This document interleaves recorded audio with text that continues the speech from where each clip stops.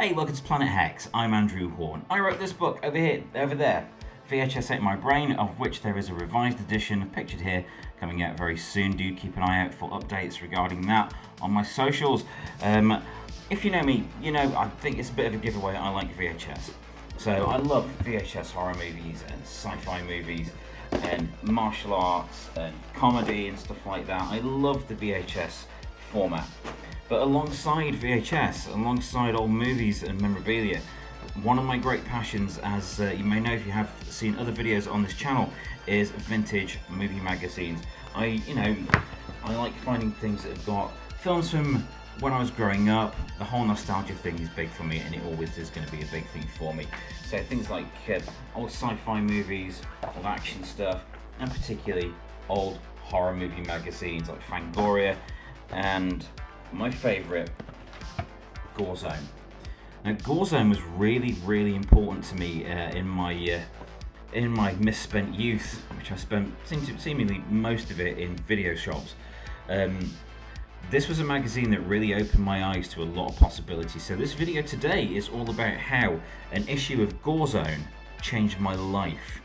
So it was Gorezone issue 17, and if you're not familiar with Gorezone, it was a spin-off from Fangoria, but it was bloodier, it was messier, it went much further than Fangoria ever did in terms of what it would show. Fangoria would always not shy away from showing the money shots and the gore shots from movies, but it was a little bit more pedestrian in what it would put out there. You would always get some horror scenes in there, but you wouldn't always get the real meaty stuff. But something that Gorezone had that Fangoria didn't do a lot of, from what I remember, is showing you how the special effects were done. Now, this issue of Gorezone, issue 17, I've picked it up on eBay, so I've not unwrapped it yet. So I'm going to unwrap it, I'm going to go through it with you guys on this video. This transformed my life. I got it in like 1991 or something. I was about 13, and horror was really, it was my thing already at that age. I was getting really interested in special effects and how all these weird things could be made with just like rubber and syrup and stuff like that. And it absolutely fascinated me. So I've got this on eBay. I've not had this issue in many years, and I've really missed it. So I want to revisit it. In particular, the thing that changed my life, that really opened my eyes to just how great practical effects were and how amazing the whole genre is and can be, and what you could do creatively with it, was this feature here on Darkman. It's a step-by-step guide on how the Darkman makeup was applied to Liam Neeson. So I'm interested to see what's in this. I don't remember if it's got the posters in or not, but we're going to see what lies ahead, and we're going to have a look through the magazine, the vintage horror magazine that changed my life. So here it is, Gorezone 17. This brings back memories. I'm really excited to do this and get back into this magazine and just revisit this thing. It's funny how you can get nostalgic about certain things, but this was something that I poured over. I absolutely loved going through this. I went through it time and time again back in the day, and I absolutely love it. I'm really pleased that I've got this back in my collection now. So this was number 17. Let's see what it's got. It's still got the posters in. It's still got the posters in. Awesome. So on the cover we've got Mind Warp. Bruce Campbell spills his cuts plus Evil Dead 3 news scoop. That's even before Army of Darkness. So we've got the feature on the Italian cannibal movies. So I think I was first exposed to things like Cannibal Holocaust and Cannibal Ferox. Looking at this, there's Elvira, but this is the feature. The step-by-step makeup effects on how Darkman was put together. Let's have a look through here. See, I love these adverts. I love this advert for the Predator stuff. So you could get the Predator hands, the collector mask with the shoulders, the standard mask, and there's a kid's version with a face mask on it. You get the hands and stuff. You could get a leather face that came with a face and a wig, or you could just get the face mask. Very cool. So let's see what we've got here. So that's from the remake of the Night of the Living Dead. Look at this. May 18th to 19th, 1991, the Horror World's #1 live attraction. Look at the lineup there. Tentative guest stars: Clive Barker, Robert Englund, Stuart Gordon, Tony Randall. Who else is on there? KMB FX Studios, Briggs Stevens, Pat Tolman. Previews of these films, things like Addams Family, Basket Case 3, Terminator 2, Alien 3, Nightmare on Elm Street 6, blimey, Robocop 3, less said about those the better. And the Fangoria movies, Mindwarp, Children of the Night, and Army. Look at this. We've got stuff like people talking about Zombie 3 in the letters page. The Gut Reactions was great. Back when letters pages had people's addresses in them, that sort of thing. There's a horror hotline with Brink Stevens reading you weird news and jokes and stuff like that. There's a feature here on Ruggero Deodato. Was that on Deodato? Yes. This is the new Deodato, the new style, says Ruggero Deodato. So this is a Deodato feature, so responsible for things like Cannibal Holocaust, Phantom of Death, Cut and Run with Michael Berryman, all kinds of stuff. There was fiction in these magazines as well, which was good. It was good, solid fiction that fit very well with the style of the time. We've got The Peace of Mind by Chaz Ballen, which is a good column. I remember these stills from like Brain Damage and Gates of Hell. The Beyond, wondrous. Stuff from Reanimator 2 there. More mask adverts. Check out these mask adverts. Which of these would you have had? I often wondered this. I often thought I would have the Igor one or Frightmare. I thought, it's a mask, so they're all kind of claustrophobic anyway, but I did think the Photon Alien would have been potentially quite claustrophobic, because there's an interview with Bruce Campbell, some stuff about Evil Dead and Army of Darkness and other stuff that he was involved with. That's the ads. Okay, so we've got poster section, so that's Chucky. I don't remember who else the other posters were. Cellar Dweller, by the look of it. Not sure who those other ones are. Let's have a look in the contents. It tells you who was on the posters. Poster section: Child's Play 2, Graveyard Shift, Brain Damage, and Cellar Dweller. I think I'm gonna have to keep those in there though, just for this one, because this is a very precious thing. Now, classifieds always fascinated me. I always thought classifieds were really cool.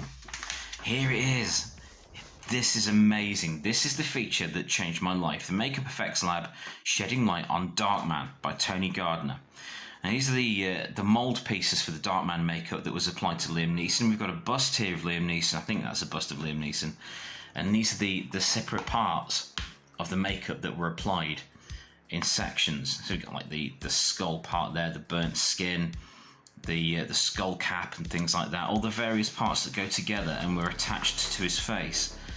And it goes through step by step, attaching all those pieces of makeup and then blending them in with paint and stuff, and there's the finished effect.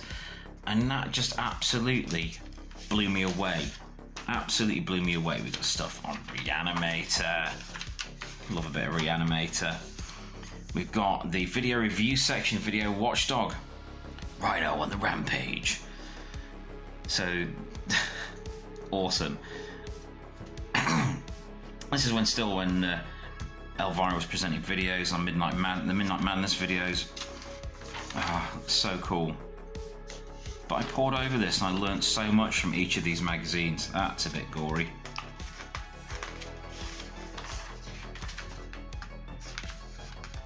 God, I remember every page of this. This is so cool. Gore Shriek always fascinated me. Again, more adverts, all these books, they're like shopping lists. I had the Nightmare on Elm Street novelizations. I had two books of it. So the first one had 1, 2, and 3, and the second had 4 and 5. Always a shame that there was no Freddy's Dead or New Nightmare just to complete the set, but they weren't big enough for it. And that is a shame, but I always loved the classifieds in this magazine. This is in really good condition. I'm definitely buying from this seller again. This is really good, Nick. I'm pleased with this. So I was always fascinated by these as well, because we didn't really see many things like classified stuff in the UK. But this is just awesome. What have we got? Books, VHS, FX Makeup Body Parts.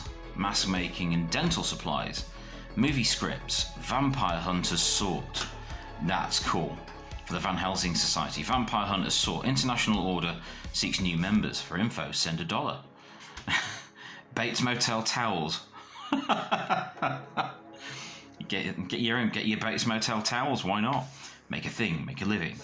Horror photos, slides, posters. God, when slides were a thing.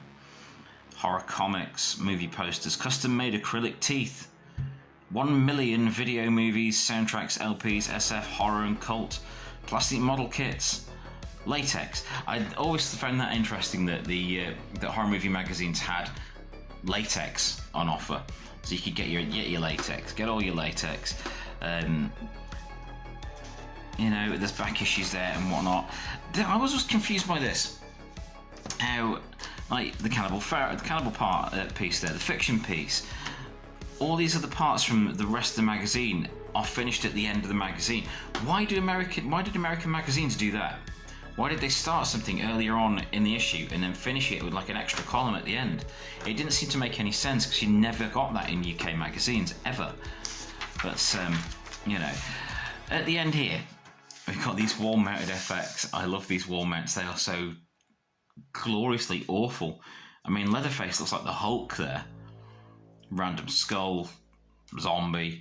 Then you got Freddy and Chucky. That's a Chucky mask. Who's that? What? Chucky needs to lay off the pies. But in the future shot here, this is interesting to see what was coming up. Because you get mentions of all kinds of things that now are many, many years old. Like by next spring, Nightmare on Elm Street 6, Freddy's Dead will be in release. And it's like, wow, that's nuts. And on the back of the magazine, of course, the IFX motion picture eyes. You can get them as keyrings. Or not. They're just so cool.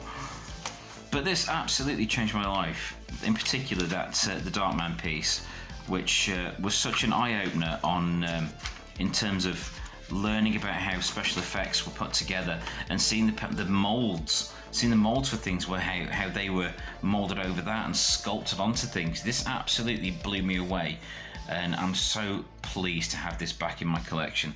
I am planning on getting myself a whole set of Gorezone. There's only 27 of them, and I've got a load of them already, so I'm going to start on a new quest to get hold of all of these. So I am really pleased with that. Welcome back to my collection, Gorezone 17. So that was a look through Gorezone issue 17, the horror magazine that changed my life and changed me from a curious kid into a full-blown horror nut. I went on to collect tapes, DVDs, posters, t-shirts, collectibles, all kind of memorabilia. Ended up writing this. Oh, I've done it again. That way, VHS ate my brain. I wrote a bunch of other stuff like that. I got a column in Scream, the horror magazine. I've written for horrornews.net for years, and all kinds of stuff, all stemming from that one issue of Gorezone, and it's a pleasure to revisit that. And I feel very old as well. I do feel very old revisiting it, but it is a really good thing to revisit. And thank you for joining me for this episode of Planet Hex. If you like this sort of thing, where I talk about retro media, pop culture, horror movies, VHS, music, games, and a bunch of other stuff, whatever comes to mind, and the writing life. I need to do some more videos on writing because, I do write books and comics and stuff.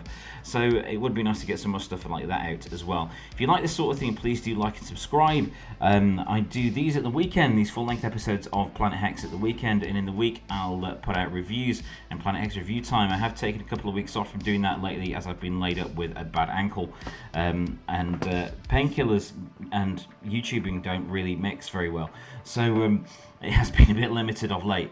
But I'm back firing on all cylinders now, and we're going to be getting back underway with lots more reviews and lots more episodes of Planet Hex. We've got some I've got some conventions coming up. I was hoping to be at HorrorCon in Sheffield this weekend, but I'm still not 100% with my mobility, so that's not been possible. So unfortunately, I didn't get to HorrorCon again this year. But we've got MCon coming up very soon here in Nottingham, and we've also got the Nottingham Video Games Expo, which I'll be attending and shooting at as well. So let's see what we've got ahead in the lying ahead. Thank you very much for joining me for this episode of Planet Hex. Please do subscribe. I greatly appreciate you all being here, and look out for news on this very soon. Thanks for watching.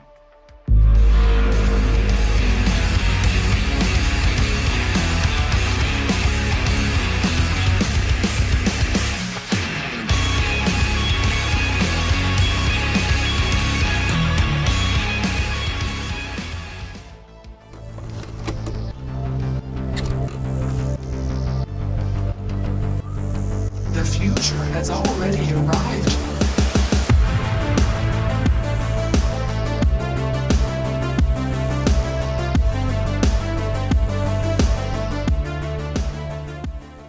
Thank you for watching. Please subscribe and validate my existence.